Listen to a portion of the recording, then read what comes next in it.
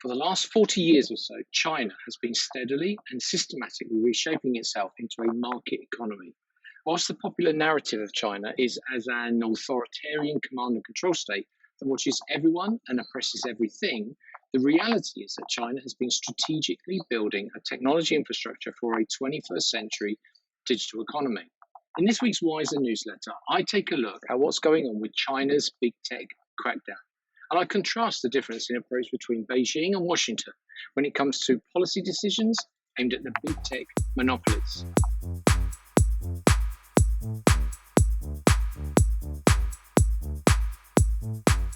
Hello, friends, and welcome to this week's issue of the Wiser newsletter. I'm going to be coming on to China's big tech crackdown in a second, but first off, I wanted to just give you an update on where I am with the newsletter. So the subscribers to the newsletter know that I've moved from Substack to Ghost, and as a result, I've now created a website which is the host for the new newsletter, and it's called rickhuckstep.com. Makes it very simple.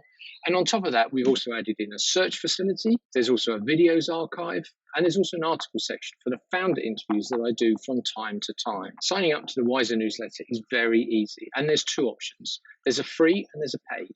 The free option gets a newsletter every Sunday. And if you're a premium subscriber, you get access to everything. Premium subscribers receive an email every Friday, and they have unlimited access to the newsletter. Now, let's come on to China. China's big tech giants have built massive monopolies with flywheel network effects that power China's digital economy. This is best illustrated in the way that the country's payment system has moved from cash to cashless with Alipay and WeChat Pay after a decade of a hands-off approach to China's big tech, especially in financial services and e-commerce. China has decided it's time to take action, in no small part by looking at the power and influence of the big tech monopolies in the United States and saying, this ain't happening here. It started late last year when Chinese regulators pulled the plug on Ant Group's massive IPO at the 11th hour. Ant Group is part of the Alibaba Group, a Chinese multinational e-commerce, retail and financial services technology company, often called the Amazon of China. Last November, Alipay was forced to scrap the IPO of its financial services arm called Ant at the last minute. The flotation was expected to raise $37 billion and value the company at over $300 billion. This state intervention appears to have been instigated after Alibaba founder Jack Ma, the richest man in China, gave a speech known as The Speech. He gave it on the 24th of October, and in the speech, Ma pulled no punches. He was openly critical of China's financial services industry, likening it to an old people's club. He also criticized regulators and Bejing. A week later, the Shanghai Stock Exchange forced the cancellation of the IPO. Alibaba's stock immediately fell about 8% on this news, which cost Ma over $3 billion in value. Ma then disappeared from the public eye and has hardly been seen since, fueling a ton of conspiracy theories. Pulling the plug on the IPO was reported to have been on the direct instructions of President Xi. Since then, Beijing has increased its scrutiny and undertaken a broad crackdown of its technology sector. Alibaba, the world's largest e-commerce firm, were hit with a record $2.8 billion fine in April for an anti-competitive behavior in the new wave of antitrust investigations. Scrutiny of China's approach to big tech has intensified following the IPO of Didi. The Chinese version of Uber went ahead with a $4.4 billion IPO in June. The ride-hailing service made its debut on the New York Stock Exchange on the 30th of June. Now, although there are several other ride-hailing apps in China, Didi is the undisputed market leader and is estimated to have over 90% market share. This was the biggest IPO of a Chinese company on an American exchange since Alibaba in 2014. Prior to the flotation, Didi's management team had been advised by Chinese regulators not to go ahead with the IPO, but they did it anyway. And they did it a day earlier than planned, which was probably nothing to do with making sure that the listing happened without interference, or the $3.5 billion of options that investors had allocated to themselves prior to the flotation. Within days of the IPO, Didi was instructed by the cybersecurity regulator in China to stop taking new customer registrations on grounds of data security. This was then followed by an instruction to remove its 25 or so apps from the Chinese versions of the App Store, which is Apple, Google, and WeChat. Beijing's policy offensive rapidly expanded, and investigations began to a wide range of tech companies. Meanwhile, over on the stock market, investors woke up to the notion that they could no longer value Chinese stocks in the same way they valued US firms. As a result, over $400 billion was instantly wiped off the valuations of Chinese tech companies traded in the United States. One casualty was early stage investment business SoftBank, which owned 22% of DD. Meanwhile, TikTok parent company ByteDance has very quietly shelved its IPO plans, according to CNBC. So what does this all mean when we're trying to understand what's going on in China? But this is not an easy feat to explain in just a few thousand words. So I've taken an excerpt from this article by Naked Capitalism. First, China's government is not a monolith. Even though they only have one political party, that does not mean there is only one centre of power. The government and the party are beset by all sorts of rivalries and vying interest groups. There is a constant struggle between the centre and the provinces. There are ministries jockeying for power and regulatory bodies for jurisdiction.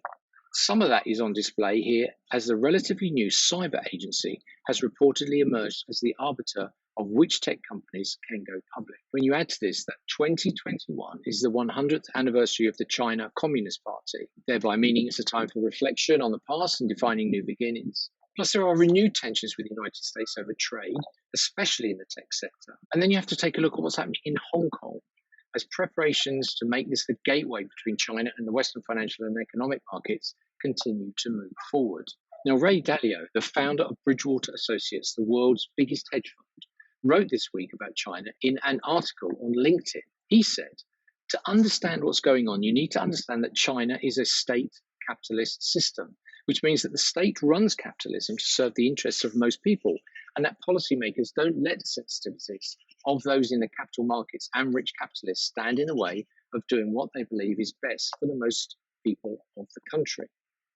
Now, the prevailing media narrative in the West is that the Chinese Communist Party will squash anything that presents a threat to its absolute political authority, even if that means cutting off its nose to spite its face. The popular narrative goes that the CCP will think nothing of frightening off foreign investment or impose hardships on the very entrepreneurs and innovators that have made the Chinese people much richer.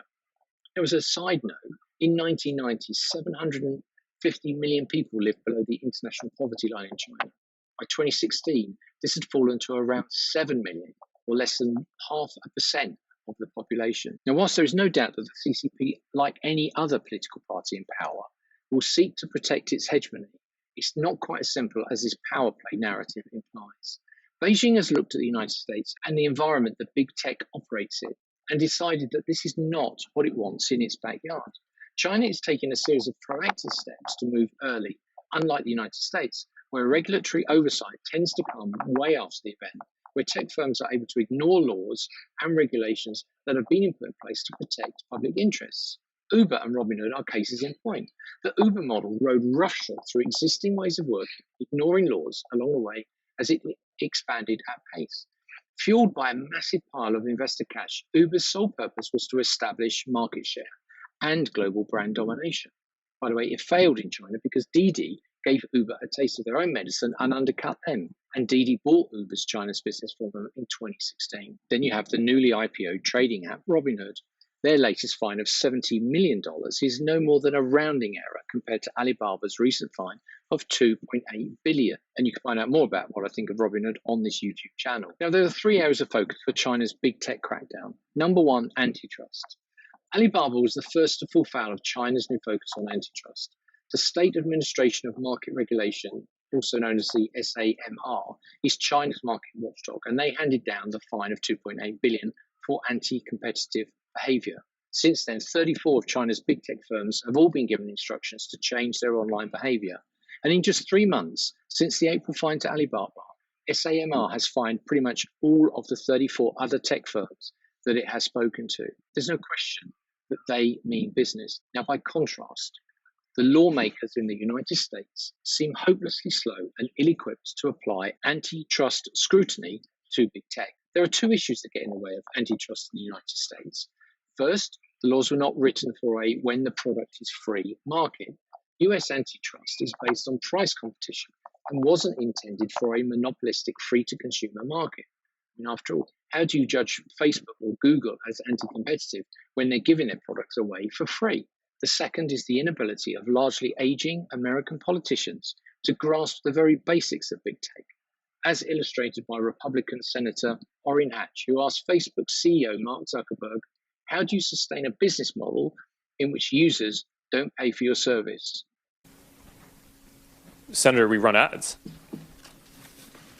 I see. That's great. The second area of focus for China is around data. Beijing has made no secret of the importance of developing and controlling big data. Overseen by the Cyberspace Administration of China, the agency is in charge of China's enormous censorship apparatus and ensuring that the data of Chinese citizens collected by private companies does not make it out of the country. The regulator has raised national security concerns about Chinese companies doing IPOs abroad, with a fear that the data will fall into foreign hands, which of course is exactly the fear that the United States lawmakers and regulators have expressed about US data in the hands of Chinese-owned firms. And the third area of focus for China is what they call disorderly capital expansion. When China's Politburo met in December, they vowed to prevent the disorderly expansion of capital. Now, what this really meant was a policy decision to prevent growth at the expense of the public interest. Now, one area where you can see this policy being applied right now is in gaming. There is a genuine concern about online gaming addiction in China and its overuse, especially amongst young people. A state-run news agency in China just reported that video games are like, and I quote, spiritual opium. In response to the article, Tencent said that it will institute stricter limitations on minors' playtime on Honor of Kings, which is their leading online game. Young gamers will be limited to 1 hour per day during the week and 2 hours per day on weekends. Anyone under the age of 12 would not be able to make in-game purchases. What is clear is that China doesn't want a Western neoliberal free-for-all that allows a free market to run away with itself unchecked at the expense of its citizens.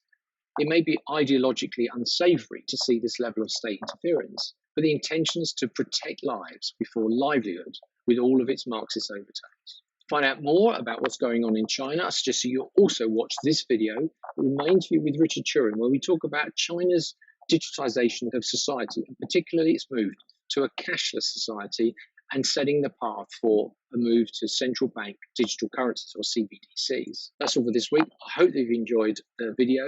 If you have, please hit the subscribe button, share the video with all your friends and your family, and please do leave me a comment if you liked or disagree with anything I've said in this particular video. Until next week, remember, insight and information gives you leverage.